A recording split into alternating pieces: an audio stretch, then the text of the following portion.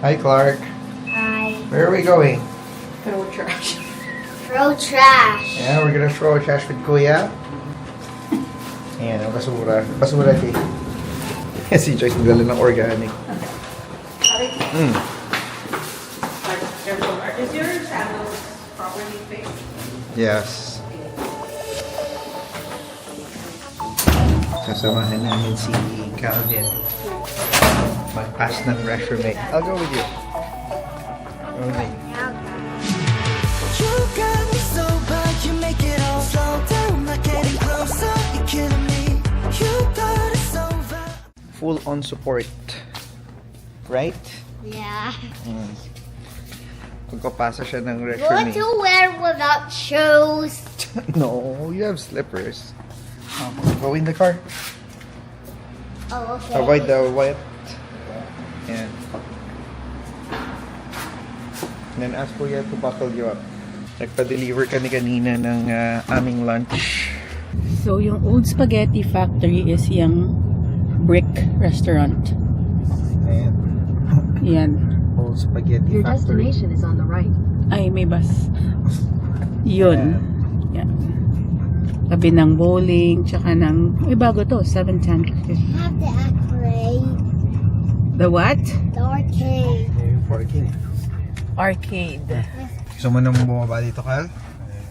Para Hey, ka Kal. maglakad. Magpahanap lang kami ng malilim dito na parking, ha? Message us. Want to go Spencer? Good luck! Want to go Spencer Bolt, Daddy? Tingnan natin kung may interview si Cal.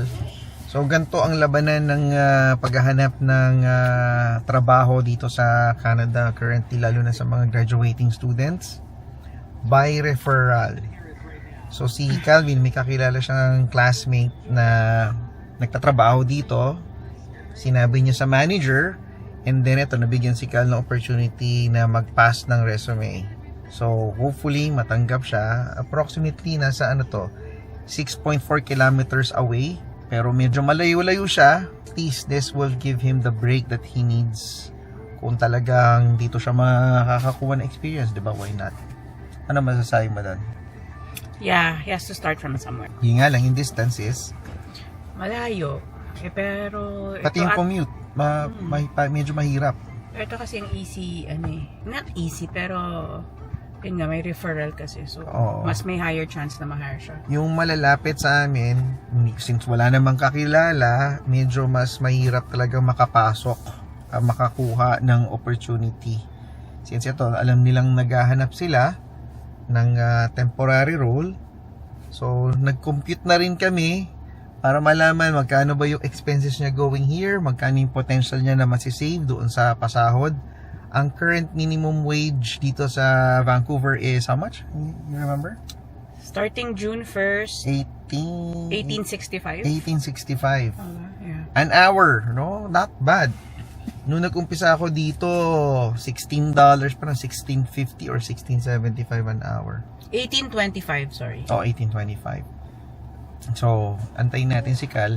Pagka nagtagal-tagal siya, kasi ibalak niya, iabot lang yung resume eh. Dapat mabilis lang yun, ha? Sabi niya yung manager.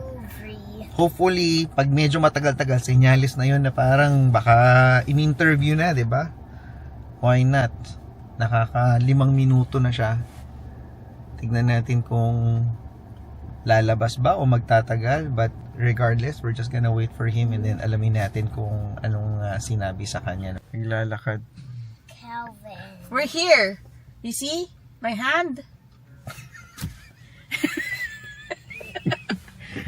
How was it? It was fine. It was fine. Ano, tinanong ka ba? They said I could have done an interview. I said yes. Oh, you did it? I took it now. It was, Okay. It was easy. It's just 3 questions.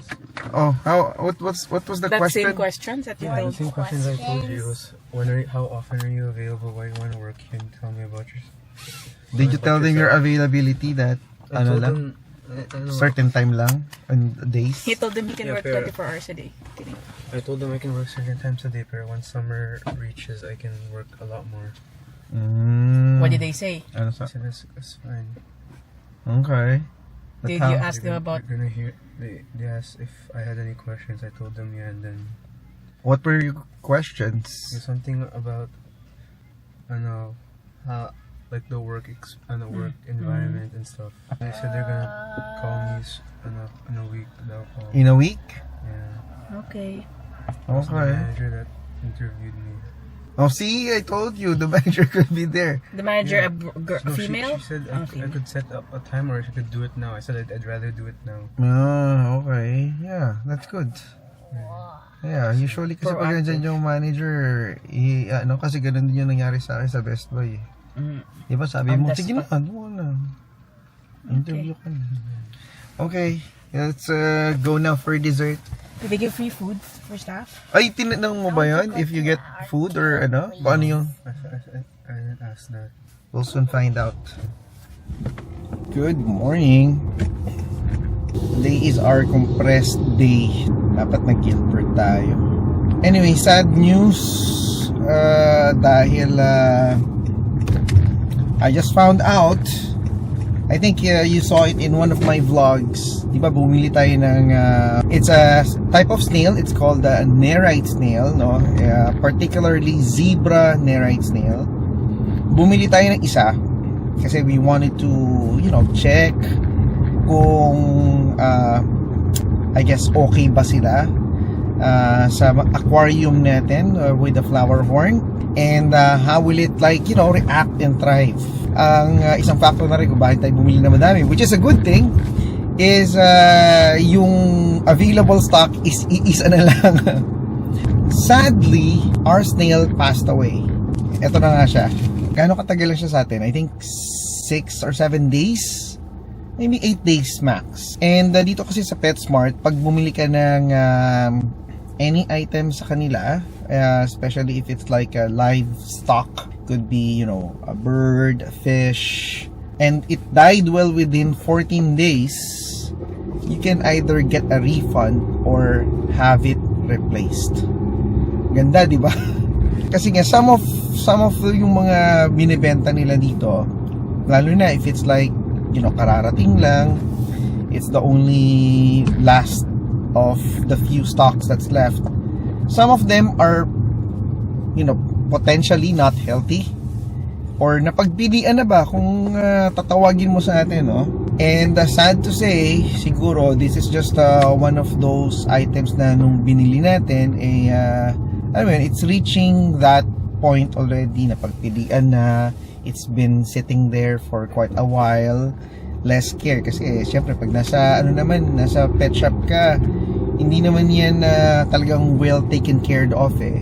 And siguro that's one content na pwede natin subukan gawin, is that ano kaya yung mga tinatapon nung ganyang klaseng pet store pagka halimbawa may illness yung livestock, let's say fish, majority of it is gonna be fish, turtle or whatnot. What do they do?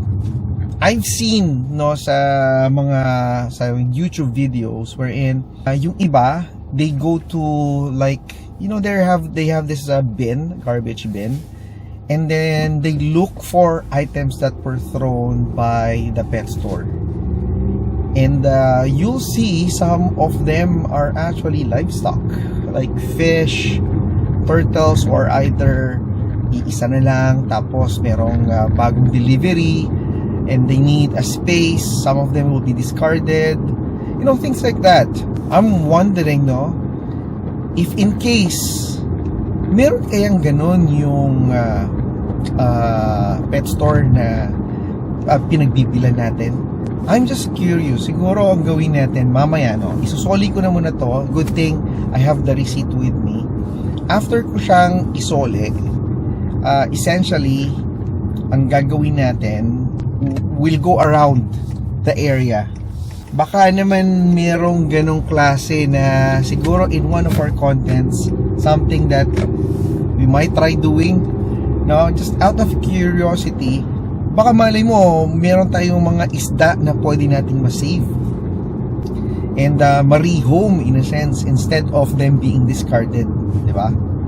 Normally kasi nangyayari yan pag meron silang bagong delivery. Kasi nga, they need to assess how much of a space do they have, and if they have a bag of, let's say, much more valuable fish or pet that they can sell, they'd rather use that space for new stocks. And yung mga iisa, dadalawa na lang natitira, and din-discard na nila yan. Ikot tayo, no? Let's drive around. Let's double check if there's such a bin that we can explore. And kung may bin, ang isa pa natin kailangang i-factor in is if the bin is locked or is it just open. Diba? Baka naman kung open siya, the better. Kasi just flip it, take a look at it if meron or wala. No? We'll see. This is just an idea na naisip ko kasi nga ito, magsusoli tayo ng livestock. We'll go back to April's aquarium to check on their plants. Medyo nung last na punta ko, medyo nabitin ako nung bumili ako ng a group of nerite snails sa kanilang place. Kasi nga parang pa-close na sila nun. And there's a lot of people there at that time. Ito naman, walang masyado dahil I'm assuming because it's a weekday, we have more, I guess, time and people to talk to kung meron tayong mga katanungan doon sa pet store. How I love the city of mine. It never gets me down, city of mine. How I love the city of